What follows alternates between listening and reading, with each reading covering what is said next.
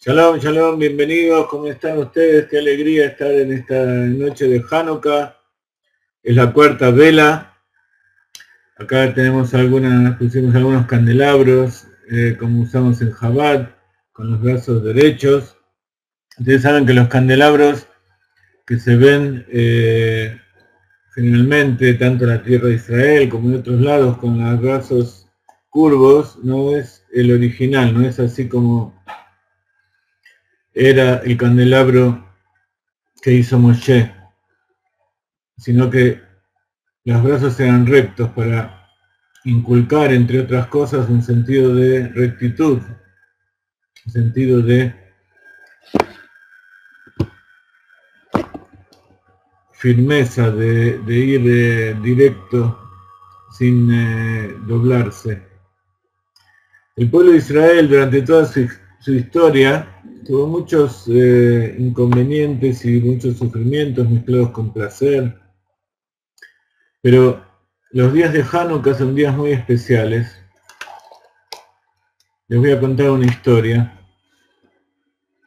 En un minuto.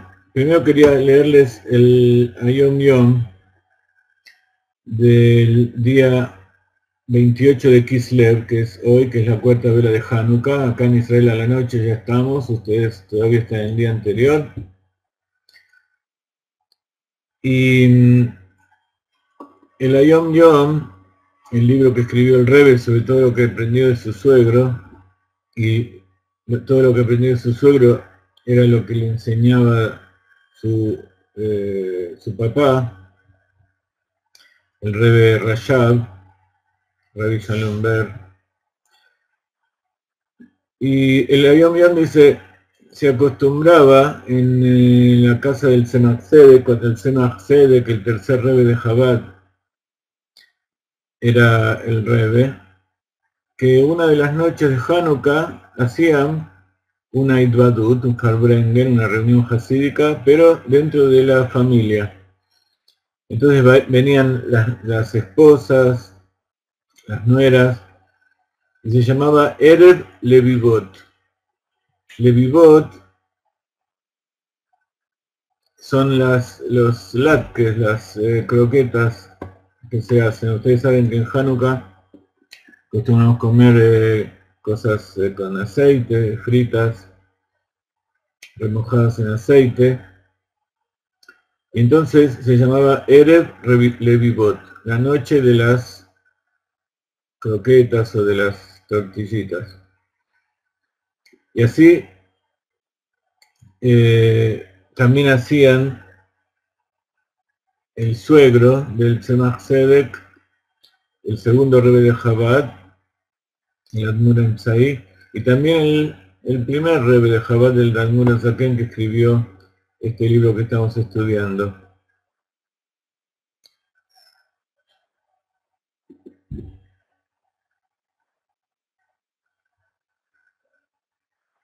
Había muchas historias que se cuentan acerca de las cosas que pasaban en estos Farbrengen.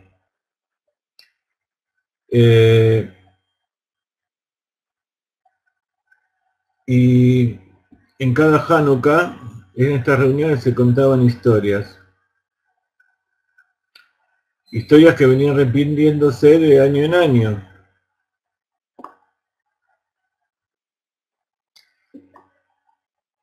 Y eso se mantuvo hasta el día de hoy. Y el Rebbe Rashab repartía Dmei Hanukkah, plata de Hanukkah, en la cuarta vela o en la quinta vela a los chicos y a los hijos. Y así hay muchos chicos que hoy son grandes, son padres, que tienen bolsas enteras de moneditas que repartía el Rebbe y ellos los guardaron.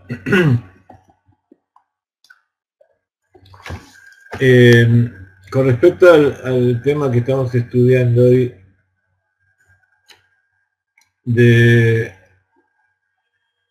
el Sefer Shel Beinoni,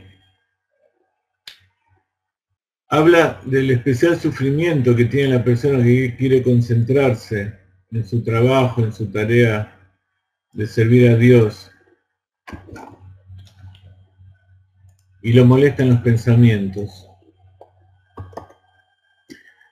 El pueblo judío tuvo muchas molestias, sobre todo molestias físicas, molestias bien concretas de persecuciones y problemas, pero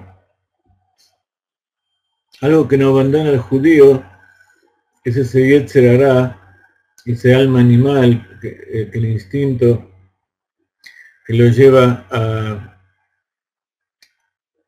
elevarse, pero a través de tener que enfrentarlo y superarlo. Y esta semana leí una historia que me llegó, que está escrita en uno de los tantos hojas que se reparten en distintos idiomas de Chabad, que se llama Lehaim, y cuenta algo que sucedió en el Hanukkah del año 5768, en el 2007, diciembre de 2007, o sea, exactamente hace 8 años.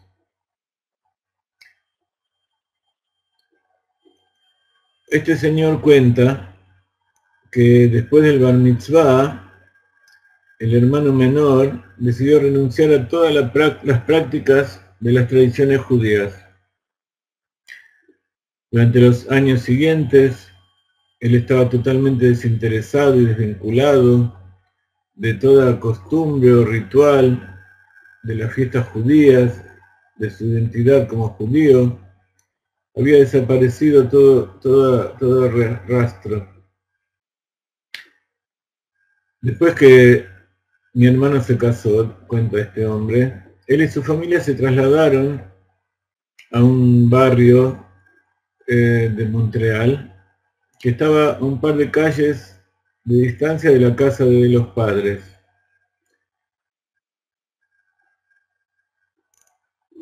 Hacía varios años que los misioneros cristianos visitaban regularmente la casa del hermano, y la mayoría de nosotros, dice este hombre, sabíamos la importancia de simplemente cerrar la puerta a ese tipo de personas la primera vez. Entonces, una vez que la primera vez cerró la puerta, ya no aparecían más. Pero si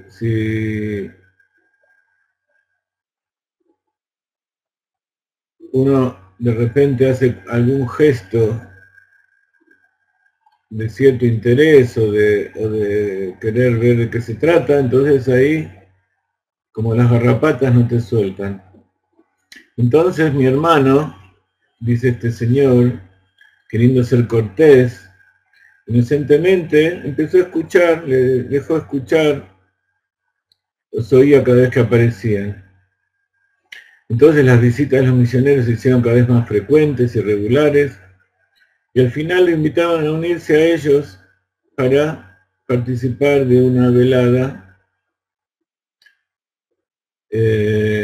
una noche en la casa del culto que hacían ellos. Le decían que era para que pueda entender mejor la palabra.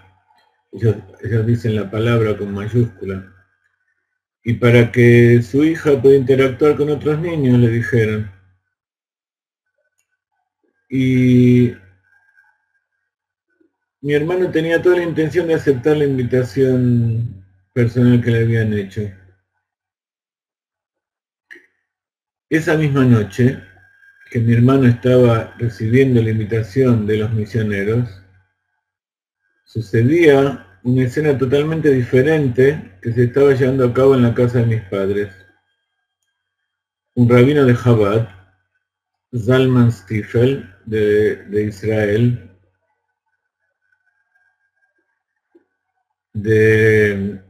que estaba ahí en el barrio donde vivía esta gente, en Montreal, organizó una fiesta de Hanukkah en la casa de una familia que se habían hecho amigos y allegados del Sheliach de Chabad ahí en el vecindario. Ellos no sabían quién iba a estar presente en la fiesta, y entonces una semana antes de Hanukkah, Rabbi Stiefel decidió visitar personalmente 10 casas. ¿Cómo sabe un Sheliach? A ver, quiero que ustedes me contesten. Cuando un Sheliach sale a buscar judíos en el barrio y empieza a buscar, ¿cómo sabe cuáles son las casas judías y cuáles son las casas no judías? ¿Ustedes saben?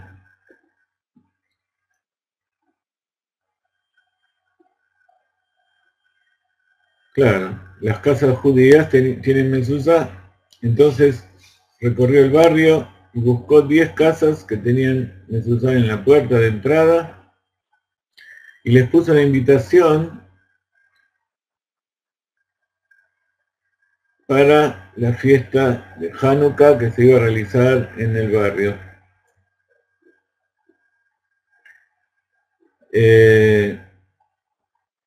Una de las primeras paradas que hizo este señor fue en la casa de mis padres, cuenta, porque viven justo al otro lado de la calle donde está donde se iba a realizar la fiesta de Hanukkah.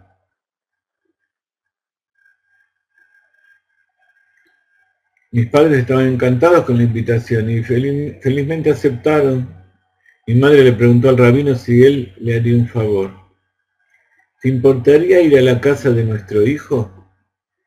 Allí no hay una mezuzá en la puerta, pero aquí está la dirección.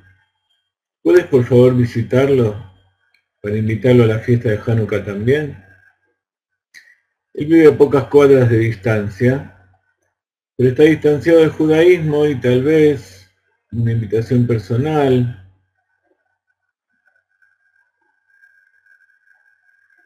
le terminó con esperanza. Ahora, volviendo a la casa de mi hermano, él estaba teniendo una discusión animada con su esposa, que era mi cuñada,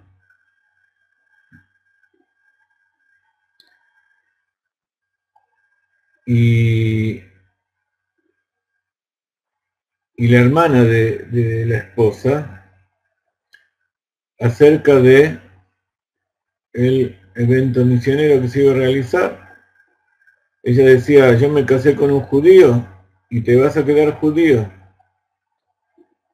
Y la cuñada le decía a mi hermano, no vayas a este evento, firmemente. Pero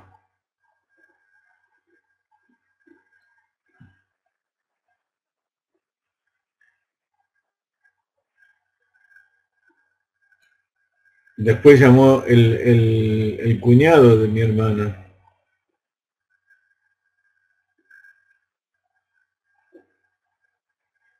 y le dijo en forma seria, pero también un poco en chiste, Voy a llamar a tu papá para decirle que venga acá y se asegure de que no va a ir al evento.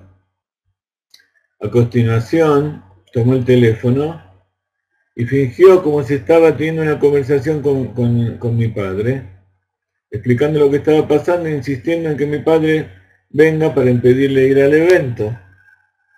Misionero.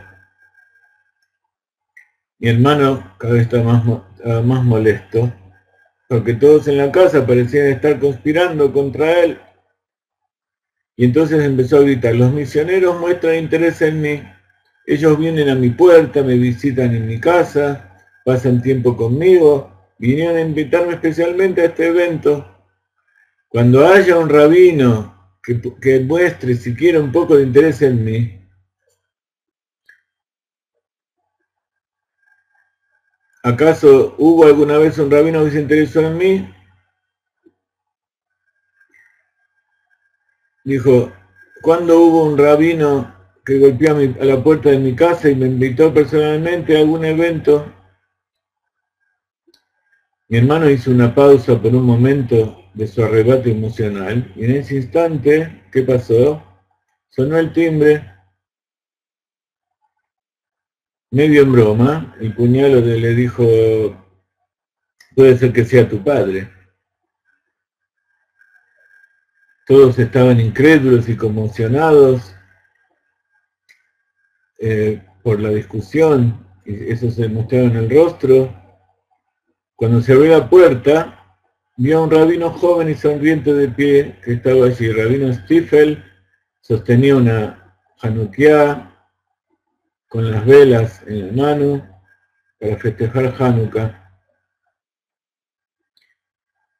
Pasaron varios segundos hasta que cada uno reaccionó y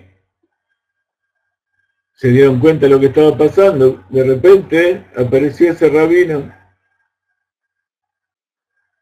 en medio del frío. Allá en Montreal yo estuve en invierno, hace frío 20, 30 grados bajo cero, sobre todo en esta época de diciembre. El rabino los miró y dijo: me gustaría invitarlos a la fiesta de Hanukkah, que está teniendo lugar a pocas cuadras de distancia. Así fue como comenzó Rabbi Stiefel a hablar con ellos.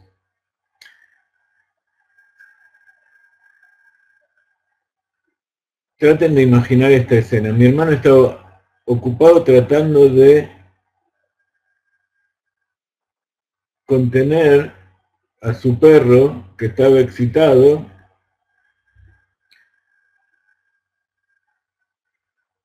mientras el rabino estaba tratando de explicar y el hermano estaba tratando de decir qué choqueado que estaba por haber recibido la visita del rabino en Hanukkah.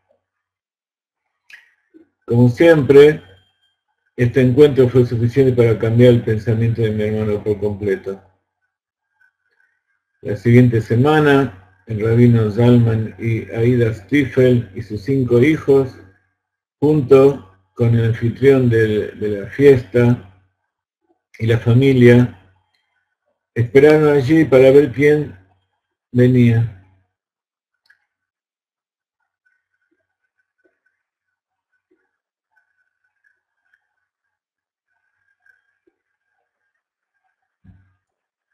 Bajo el frío, y después de esperar un rato y ya habiendo perdido las esperanzas de que venga gente a la fiesta de Hanukkah, la única familia que apareció fue la de mi hermano con su hija y nuestros padres. Juntos encendieron la menorá, cantaron algunas canciones de Hanukkah, disfrutaron de los latkes, de los lepivot, de papas, también de las subganiot, con mermelada, cosas que todas que traían hermosos recuerdos de tiempos pasados. Esa noche mi hermano asistió a su primera celebración judía como adulto. ¿Se acuerdan que después del Bar Mitzvah él había abandonado todo? Pocos días después mi hermano asistió a la celebración mucho más grande que se celebraba en la sinagoga. Y más recientemente fue invitado junto a su familia a unirse para una comida en Shabbat en la casa del rabino, una invitación que él aceptó amablemente y con alegría, con felicidad. Yo sé, dice el Señor que cuenta esto, que mi hermano y toda nuestra familia ha sido tocado por el milagro de Hanukkah. Dios es grande y omnipresente en nuestras vidas. Yo espero y ruego que todos experimentemos milagros en este día, en esta época. Y verdaderamente ocurren muchos milagros en Hanukkah. Muchos milagros como estos. Y verdaderamente estamos esperando. En Argentina se vio un verdadero milagro, con unos pocos puntos de porcentaje. De repente hay una luz de esperanza para todo el país, también en Venezuela. Aquí en Israel estamos rodeados de enemigos, estamos incluso con este ISIS, con este Estado Islámico, ya entrando con células terroristas dentro de Israel mismo, haciendo tratos con Hamas, con los palestinos, etcétera, etcétera. Y sin embargo, todos los judíos salimos a la calle de día, de noche, con el frío, y salimos a repartir velas de Hanukkah, a encender las luces, a seguir nuestra vida normal, sabiendo que el milagro del Mashiach solo viene con la fe, con la esperanza, con la confianza en Dios, de que todo lo que está pasando es simplemente las cosas que están escritas en las profecías, como dice el profeta, que en aquella época, refiriéndose a los días del Mashiach, al final del exilio, los hijos de Isaac y los hijos de Ismael, o sea, los pueblos de Occidente y de Oriente, van a caer sobre Jerusalén, y allí yo voy a mostrar quién es el dueño de todo. Entonces vemos que en realidad todo lo que está pasando es parte del plan divino.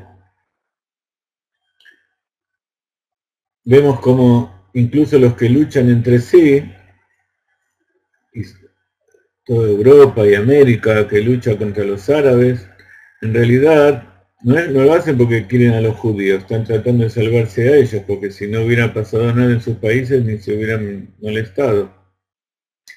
Pero justamente Dios hizo que los árabes vayan, se desparramen por todo el mundo en pos de los judíos, pero así todos los pueblos del mundo, como pasó también en Purim, en aquella época, todos los pueblos de 227 Medinot del reino de Babilonia se unieron y ayudaron a los judíos a vencer a sus enemigos. Y esto está pasando hoy en día también. Incluso sin quererlo, están luchando para eliminar la maldad. Y la maldad se elimina una a la otra. Y todos estos pensamientos son cosas que utiliza el Yetzer Hará, el alma animal, para evitar que hagamos tefilá como corresponde, para que nos dediquemos a nuestras cosas como corresponde. Entonces por eso dice el Tanya, y nunca más oportuno que ahora, así dice el Tanya en la primera parte del capítulo 28 que ya estudiamos. Hoy vamos a leerlo rápidamente y vamos a dedicarnos a la segunda parte. Así lo terminamos hoy. Incluso si se abatieran sobre él, sobre la persona, meditaciones de pasión u otros pensamientos foráneos durante su servicio a Dios en la Torá o en la plegaria con Kavaná, con intención, que no les preste atención, y en lugar de ello que desvíe su mente de ellos al instante, porque ya sabe que todo eso es para que deje de servir a Dios. Entonces, si se pone a pelear con ellos, les da el gusto. Algo que vimos estos días en Argentina es que los que ganaron las elecciones cayeron en la trampa. Se pusieron a discutir y cayeron en la trampa que les tendieron de buscar problemas para, como sucede cuando hay una pelea entre uno que siempre es peleador, los provocadores, cuando viene la autoridad, ellos son los primeros en decir que yo no tuve la culpa es del otro que me atacó primero, etcétera, etcétera. Entonces tratan de que con la mentira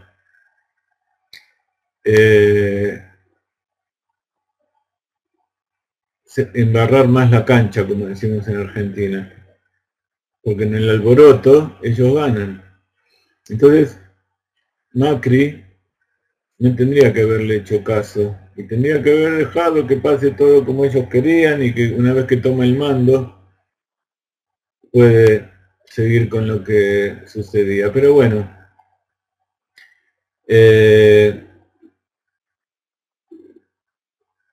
todavía no llegamos al final, pero esperemos que todavía hay mucho tiempo que recorrer. Yo estuve escuchando hoy lo que estaba pasando en Argentina y con la asunción del mando y todo eso, se salieron con la suya los otros. Pero bueno, esperemos que la justicia triunfe. Entonces, así es como actúa el Yetzer Hara. Te hace ocupar tiempo y pelea y discusiones en cosas que no tienen importancia, y mientras tanto uno no se ocupa de lo importante. Entonces, todas esas discusiones y esos conflictos internos que te impiden hacer lo que tenés que hacer, lo único que hay que hacerlo es dejarlo de lado, no darle importancia, no existe. Como la luz de Hanukkah, un poquito de luz disipa mucha oscuridad. Ni tampoco ser tan necio, dice el Admuro Zaken, como para abocarse a la sublimación de las midot del pensamiento foráneo. Esto significa tratar de rectificar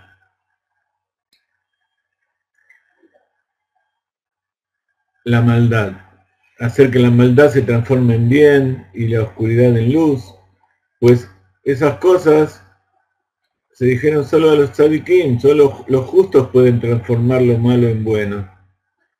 Los que no somos tzadikim, las personas normales, solamente tenemos que alejarnos del mal. ¿Por qué? Porque en ellos no hay pensamientos malos propios, sino solo de las midot de los otros. Entonces ellos piensan en las midot de los otros, y a todos nos pasa así. Cuando uno se ocupa de los problemas de los demás, de los defectos de los demás, uno es más objetivo y puede obtener soluciones y puede llegar incluso a ayudar al otro a recuperarse. Cuando se trata de nuestras propias falencias es más difícil. Pero en cuanto a aquel Beinoní en quien surge un pensamiento malo propio, del mal que se alberga en el lado izquierdo de su corazón, sería necio que intentara librarse de él abocándose de la sublimación de las midot. Pues ¿cómo puede elevarlo hacia los planos espirituales cuando él mismo está atado aquí abajo por su deseo por lo material? Entonces, ¿qué está diciendo acá? Que ¿por qué no puede luchar contra el mal y transformarlo? Porque eso que está pasando afuera está dentro de él. De eso que él se tiene que ocupar está dentro suyo. Entonces,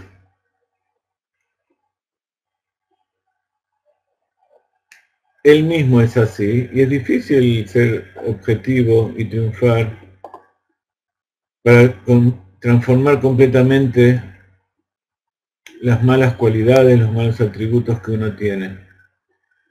Por eso el Beinoní lucha constantemente y triunfa, pero no deja de luchar porque siempre están allí y no los puede transformar.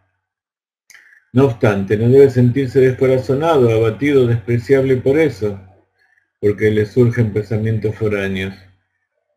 Un gobierno que trate de hacer las cosas bien siempre va a tener oponentes, y en la mayor parte de los casos esos oponentes no son oponentes porque en realidad están en desacuerdo con lo que hacen. Son oponentes porque no los dejan a ellos gobernar, no los dejan tener el poder, no los dejan robar. Entonces tratar de convencerlos y de hacer que piensen diferente es muy difícil. Por eso es malo debatir con el mentiroso, porque el mentiroso no siempre va a tener razón, siempre va a ser el primero en haber dicho algo, siempre va a haber sido el que quiso hacer las cosas bien y no lo dejaron, etcétera, etcétera. Entonces, no tiene que sentirse descorazonado, abatido y despreciable por tener esos pensamientos durante su servicio a Dios, que debe realizarse con la máxima alegría. Cuando uno se dedica a las cosas de Dios, tanto la plegaria como el estudio, como las buenas acciones, con tristeza, entonces eso no funciona, porque la tristeza corta el flujo de energía, porque la tristeza representa una falta de fe. ¿Qué es la fe? Es la fuente superior que viene de la esencia de Dios, que nos hace vivir, que nos da energía, nos da vitalidad. Entonces, la tristeza significa que nosotros hacemos un corte, decimos, no, eso no existe. Por el contrario, debería fortalecerse más y agregar intensidad a su determinación con toda su fuerza para rezar con concentración, con una alegría y regocijo aún mayores. Al percatarse de que el pensamiento foráneo que se le ha ocurrido deriva de la clipa del lado izquierdo del corazón, la que entabla una lucha en el Beinoní contra el alma divina dentro de él, es algo que puso Dios. Entonces, si el alma animal se fortalece, quiere decir que lo que él está haciendo es muy bueno. Entonces, tiene que ponerse contento. Se sabe que es el estilo de los combatientes que intentan destruirse uno al otro, y similarmente los luchadores que solo quieren derribar a su contrincante, que cuando uno predomina, el otro entonces también se esfuerza por prevalecer con todos los recursos de su vigor, como pasó, como leímos que la lucha de Jacob con el ángel de Isab. Entonces vemos que Jacob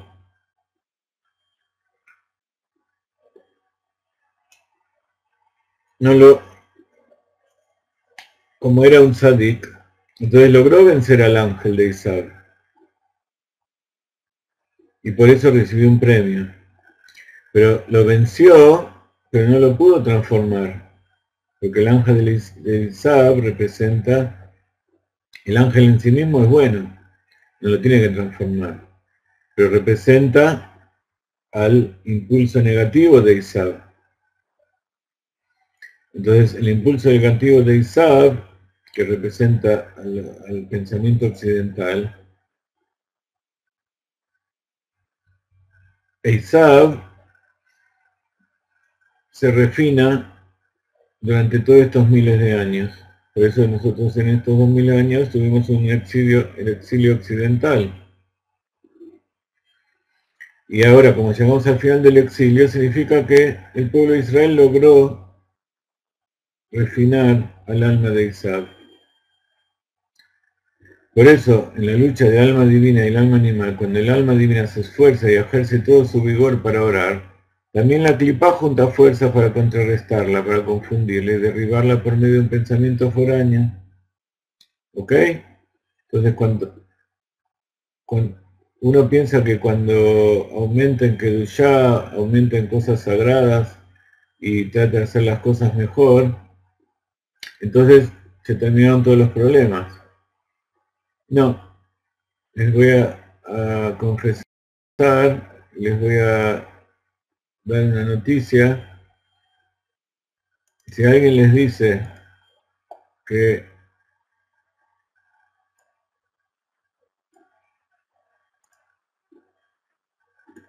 van a terminarse sus problemas porque empiecen a hacer las cosas como Dios quiere, como no somos tzadikim y tenemos muchas cosas que arreglar, y Dios quiere que seamos perfectos, entonces constantemente nos manda pruebas.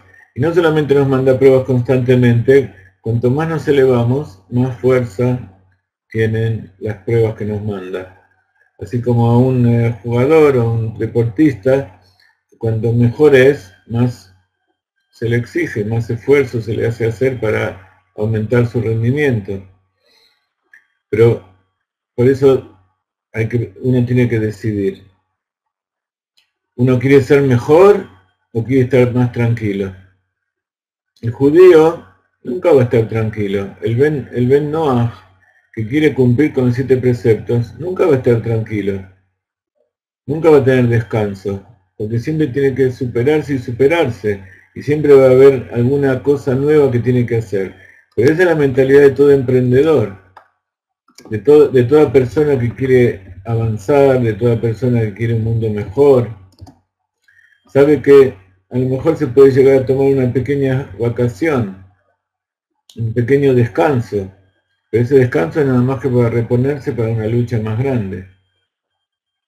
A veces uno ve las luchas de los boxeadores o de los tenistas o de los jugadores que se esfuerzan y sacan hasta su última gota de transpiración y de energía y sufren y luchan y se golpean y a veces en el deporte se lastiman. Pero hay algo dentro de ellos que les dice, tengo que curarme y tengo que volver y que tengo que ser el mejor. A veces el dinero es un gran apoyo, un gran estímulo para que la gente se mueva. Pero cuando no hay un interés, una verdadera voluntad de ser mejor, por más que haya dinero de por medio, ese dinero no va a llegar. Porque el talento y las ganas, la voluntad de ser mejor, no se compra con dinero. Al contrario, primero se trata de ser mejor, de aumentar y de elevarse, y luego Akadosh Baruj Hu te da más medios para poder luchar contra los nuevos proyectos, para que salgan los nuevos proyectos, para luchar contra las nuevas aventuras que te presentan. Esto refuta un error común que comete la gente. Cuando a algunas personas les aparece un pensamiento foráneo durante la plegaria, ellos entienden que su plegaria no tiene valor, porque si uno rezara adecuadamente y correctamente, creen ellos por error, no se habrían cruzado pensamientos foráneos por su mente. Y todo el tiempo la gente me habla deprimida y dice, ¿cómo puede ser? Yo soy una persona baja, soy una persona mala. Y yo le digo, no, al contrario, si vos estás acá y venís a pedir y sentís que Dios está poniendo obstáculos, quiere decir que sos muy elevado. Y eso mismo te tiene que dar alegría. Pero la depresión y la tristeza es un mal de nuestra época que es difícil de sacar. Estaba escuchando a un médico hace poco que hablaba de que los remedios antidepresivos son una de las primeras drogas de mayor venta en el mundo.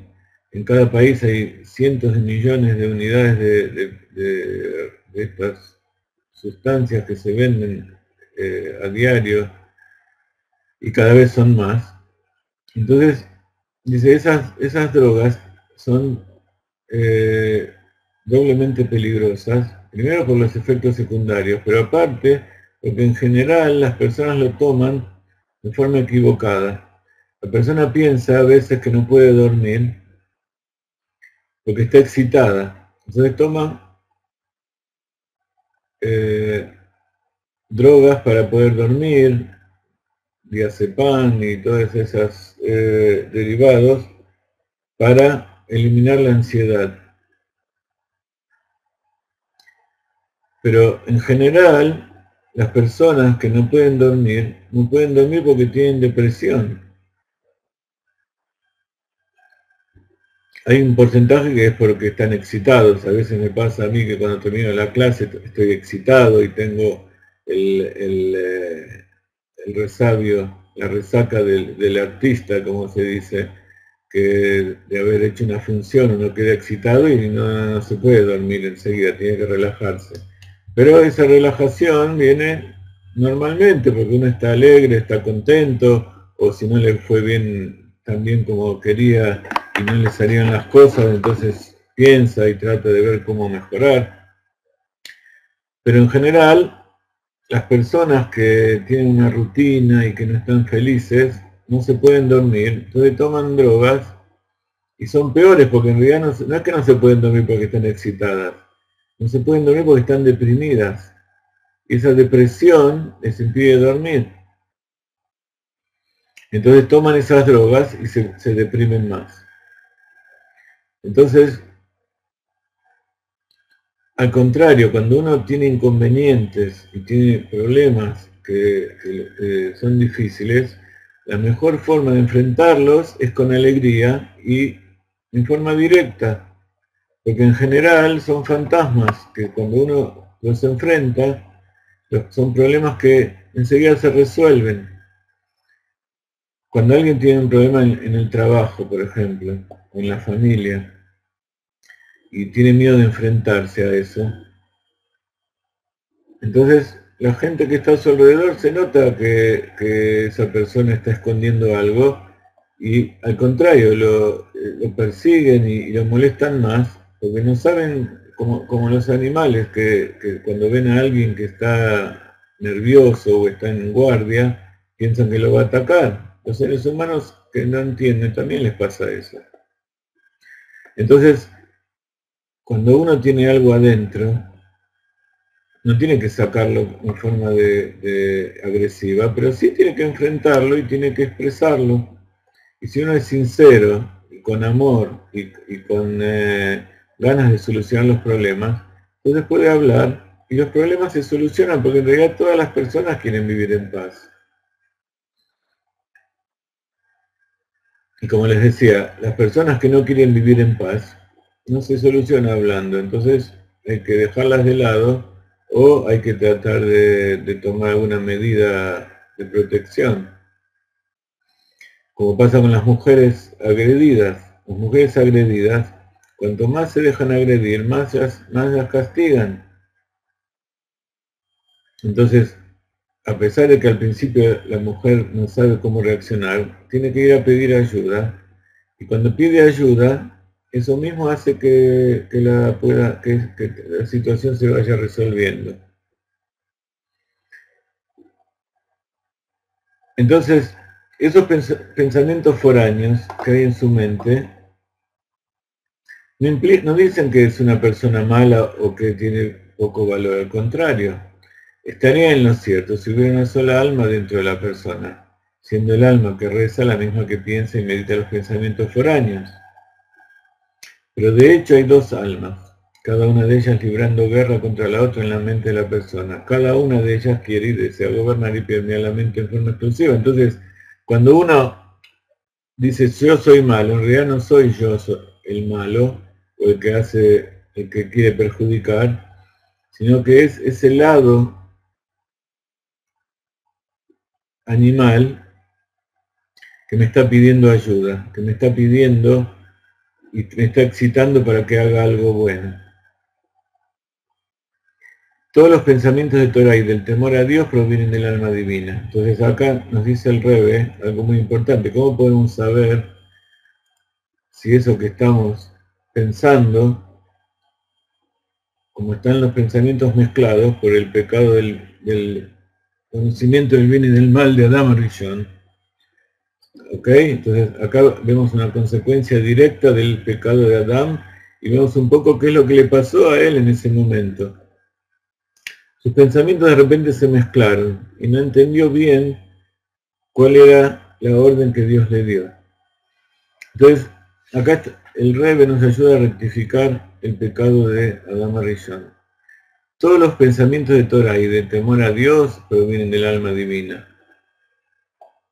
Hay gente que dice todo lo que es amor es bueno, todo lo que es temor es malo. No, no es así, no es la división de esa manera.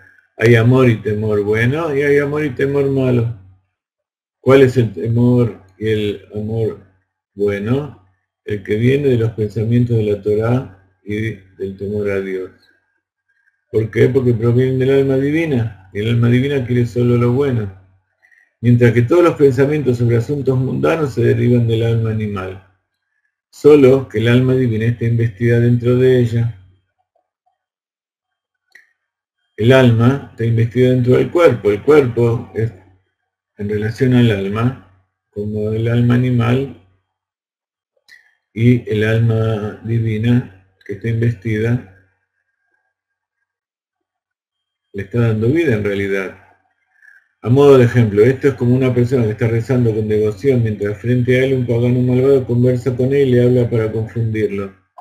Seguramente el mejor consejo en este caso sería no contestarle ni bien ni mal, sino más bien actuar como si fuera sordo.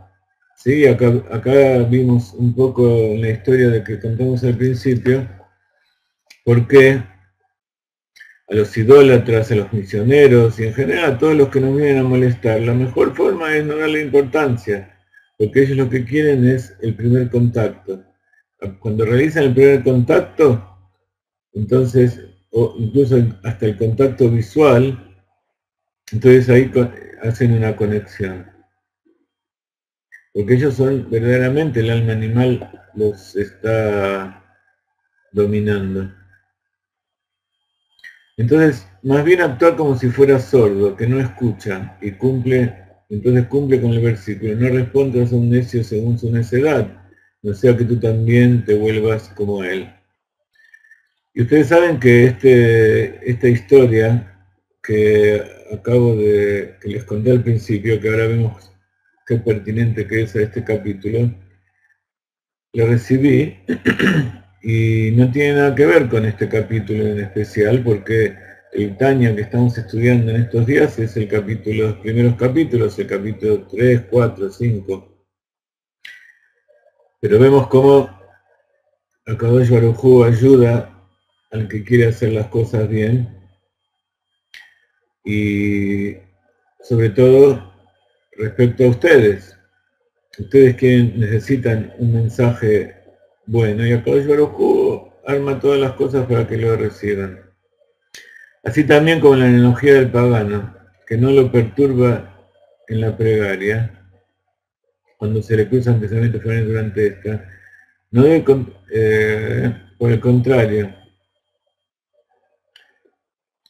Ok. Así también, como en la analogía del pagano que lo perturba en la plegaria, que leímos recién, cuando se le cruzan pensamientos foráneos durante esta, no debe contestar nada ni entrar en discusión contra el pensamiento foráneo, porque uno empieza a decir, guay, tengo que sacar, salir, y empieza a pensar si es correcto lo que está pensando, etcétera, etcétera. Porque aquel que lucha con una persona sucia también habrá de ensuciarse. Por el contrario, pretenderá que no sabe ni escucha los pensamientos foráneos que le han surgido, los descartará de su mente y sumará más fuerza aún al vigor de su concentración. Habíamos visto en los capítulos anteriores la diferencia que hay entre la acción y el pensamiento. Cuando uno hace una buena acción, los pensamientos no molestan tanto, porque uno está haciendo y puede pensar lo que quiera, pero la acción la está realizando igual. En cambio, cuando uno estudia Torah o está rezando, lo que está utilizando es el pensamiento. Entonces, no puede pensar dos cosas a la vez. Entonces, o se dedica a luchar contra la oscuridad o se dedica a aumentar la luz. Si no obstante, acá el Rebbe le está dando todas las posibilidades. Esto hay que leerlo de vuelta porque hay que tenerlo presente en cada situación. Cuando se nos presentan estas situaciones, a veces es difícil enfrentarlas airoso. Simplemente cuando se nos presenta tenemos que al principio evaluarlas y ver, observar qué es lo que nos está pasando. No entrar en lucha. Observar qué es lo que estamos haciendo, no tratar de resolverlo. Simplemente para realizar el diagnóstico y para poder compararlo con esto que estamos leyendo aquí. Entonces van a ver que si no se ponen en tensión y no luchan y dejan que esas cosas sucedan al principio, van a poder comprenderlo y van a poder asociarlo con estos consejos que da el Rebbe. Y simplemente el relajarse, el estar tranquilo y dejarse de culpar por estas cosas y saber que todo viene de Dios, eso mismo es la solución. Si no obstante encuentra difícil descartarlos porque fastidian su mente con gran intensidad, que humille entonces su alma ante Dios y le suplique en su pensamiento que se apiade de él en sus abundantes misericordias, como un padre que se apiade de sus hijos que provienen de su cerebro. Y entonces, acá que está diciendo el Rebbe, incluso si uno ya no puede más, tampoco tiene que dedicarse a pelear con ellos, no, tiene que ir a la fuente de todo y que él se ocupe. Como le dijo Dios al pueblo de Israel antes de entrar a la tierra, les dijo, ustedes van a mirar y yo voy a luchar por ustedes. Ustedes solo miren. Entonces, lo que tenemos que hacer frente a estas luchas internas es mirar cómo Akadosh Baruj Hu se ocupa. Pedirle, por favor, salvame, sacame de esto. Y funciona. Y al principio uno lo siente como un milagro. Lo siente como algo que aparece en forma de la nada, como una aparición algo de la nada.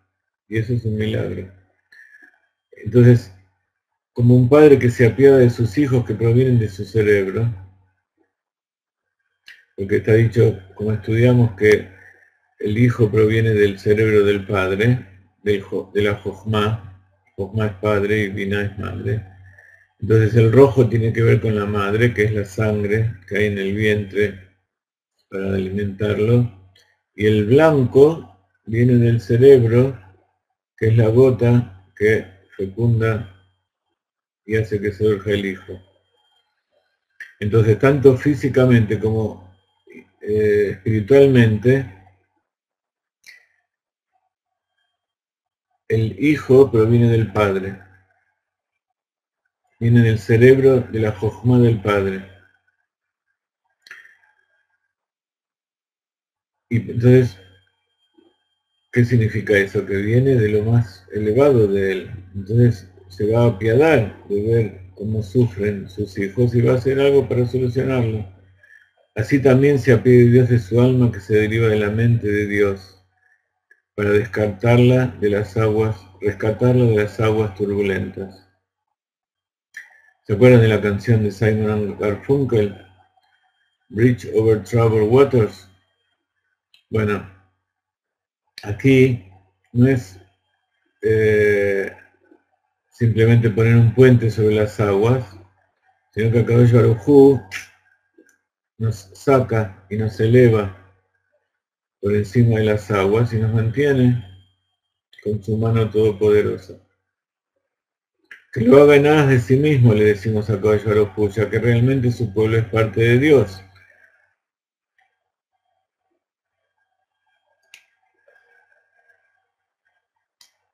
Entonces, por un lado, dice el Rebbe, explicando esto que dice el Alter Rebbe, que si uno dice yo me lo merezco, y esto que me pasa es por culpa mía, por un lado es el ego tan grande. ¿Cómo puede ser que esto es culpa mía? No, es todo de Akadosh Baruj Hu. Si yo pienso que esto me pasa a mí porque es incluso pensando que uno es bajo, eso también es egolatría, porque es todo yo. Uno se siente tan bajo que incluso necesita elevarse a través de sentirse el más bajo. Pero por otro lado, cuando uno habla mal o piensa mal de alguien, ya sea otro o uno mismo, eso genera juicios en lo alto. Y entonces está decidiendo él mismo si merece compasión o no. Y si uno dice yo soy malo, entonces una persona mala no merece compasión. Pero si sabe que lo malo que hay en él es el alma animal, y que en realidad él, que es el alma, que es una con Dios, él no es malo, entonces Akadosh Baruj Hu lo rescata. Uno no tiene que intrometerse, dice el Rebbe, en el juicio divino. Uno siempre tiene que pensar bien para que vaya bien.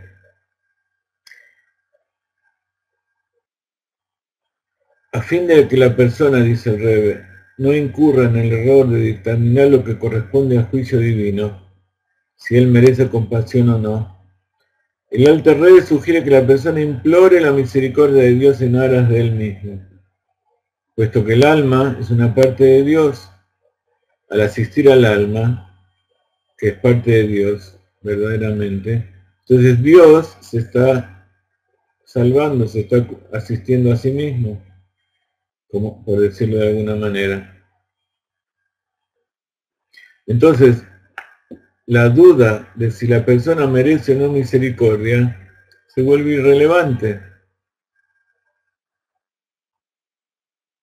Somos criaturas, somos creaciones de Dios, y Dios nos creó porque necesita de nosotros y somos parte de Él. Entonces, si nosotros sentimos la distancia y nos sentimos separados de Dios, le tenemos que gritar, por favor, sacame la barrera. Yo quiero sentir que soy parte tuyo. Entonces, cuando uno habla de esta manera, no es que está pidiendo algo que no merece. Al contrario, está pidiendo algo que Dios quiere que él tenga. Y entonces quiere decir que es de él, no es solamente que lo merece.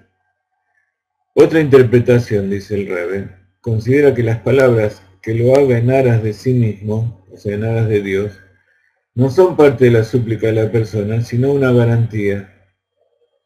Dios acudirá indudablemente en ayuda de aquel que lo implora, y seguro que salvará su alma de las aguas turbulentas. Y esto es en aras de sí mismo, en aras de Dios mismo, pues el alma realmente es parte de Dios. Dios nos trajo aquí para que hagamos una morada para Él.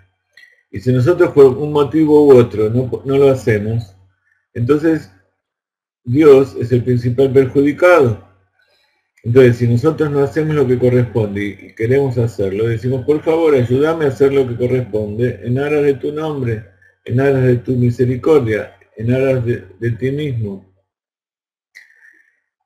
Y entonces aquí podemos cumplir con una enseñanza muy grande que nos dio el Rebbe y que dice que cuando uno tiene problemas, lo mejor que puede hacer es ocuparse de los problemas de los demás. Por supuesto que si tiene problemas físicos, tiene que ocuparse de resolverlos. Pero si uno hizo todo lo que pudo, hizo lo que le corresponde y los problemas no se resuelven, entonces significa que tiene que empezar a ocuparse de los problemas de los demás. Tenemos que hacer las cosas, tenemos que hacer nuestro propio trabajo. Pero hacerlo en aras de un objetivo superior. Incluso cuando uno trabaja, cuando uno hace cosas para obtener algún beneficio, hacerlo para que ese beneficio sea en aras de la construcción de una morada para Dios, para que ese dinero o ese objeto o esa cosa incluso material que nosotros obtenemos, o si pedimos sabiduría, si pedimos entendimiento, si pedimos que se rectifiquen nuestras cualidades, que eso sea para poder servir mejor a Dios. Porque al servir mejor a Dios, Él se beneficia, y si Él se beneficia, me beneficia yo también. Entonces, por más que lo miren de donde lo miren, si es para beneficio mío o beneficio de Él, si lo hacemos en beneficio mutuo, entonces eso se eleva por encima de todo bien y mal. Hay mucha gente que dice, yo no hago eso porque no siento que lo hago con la verdadera intención. Y claro, ¿cómo va a sentir que lo hace con la verdadera intención si no lo hace? Y esa es la diferencia entre hacer la cosa porque yo quiero y otra cosa, o hacerla porque Dios me lo pidió. Por eso es importante estudiar, saber cuáles son los preceptos, saber qué es lo que Dios nos pide a nosotros y hacerlo. Entonces, si Dios nos pidió que hagamos algo, entonces Él nos va a dar los medios para poder hacerlo. En este momento somos 13 personas aquí en la clase y quiero enviarles, si no lo recibieron todavía, porque algunos de ustedes deben estar en nuestros sitios de WhatsApp, quiero enviarles un CD de música especial, ya sea de Hanukkah o si ya tienen de Hanukkah algún otro. Entonces, escríbanme diciéndome cuáles son los CD que tienen, así elegimos otro. admin@galeinai.org y les vamos a mandar a través del internet música para esta época de Hanukkah. No sé si vieron los videos que preparamos, mejor dicho, los videos que tradujimos, pero que en el mensaje del Rab acerca de los temas de Hanukkah, tenemos muchos, los vamos preparando de a poco, y son muy cortitos, pero es una semilla que planta el Rab dentro de nosotros, para que eso fructifique, crezca y se ilumine toda nuestra casa, nuestra vida de luz. Quedan 30 segundos. Contamos con la colaboración de todos ustedes para publicar los libros. Nos despedimos ya. Mañana tenemos otra clase. Hoy a la noche está la clase del Moré Jacob. Mañana también. Estamos a poco de sacar muchos libros, así que estén atentos y cada uno de ustedes tienen que ser un enviado nuestro en su lugar para repartir